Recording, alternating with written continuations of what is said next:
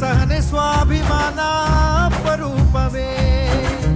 ದೂರವಿರಲಿ ಹತ್ತಿರವಿರಲಿ ದೂರು ಅವರು ದೂರುತ್ತಲಿರಲಿ, ನಿನ್ನ ಹಾಗೆ ನೀ ನಡೆಯೋದೇ ನಿಜ ರೂಪವು.